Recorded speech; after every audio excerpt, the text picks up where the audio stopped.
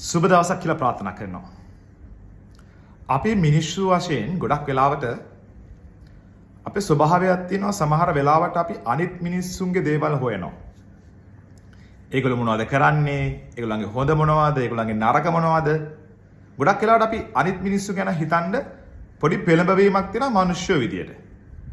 හැබැයි ඒ පෙළඹවීම අපිට පාවිච්චි කරන්න පුළුවන් අපි ගැන හොයන්න.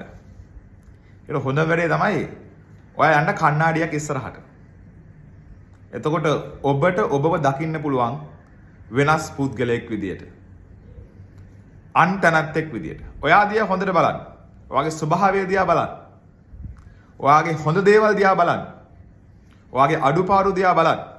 ඉතින් කණ්ණාඩිය ඉස්සරහට ගියාම අපි ගැන හොඳට පේන්න පටන් ගන්නවා.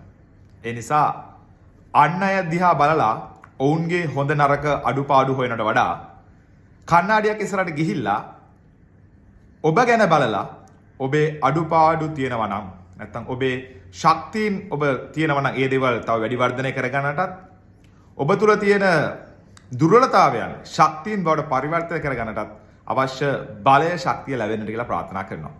ඉතින් මේ වගේම වීඩියෝ එකකින් අපි ආයෙත් හම්බ වෙමු. ඔබට ජය ප්‍රාර්ථනා කරනවා.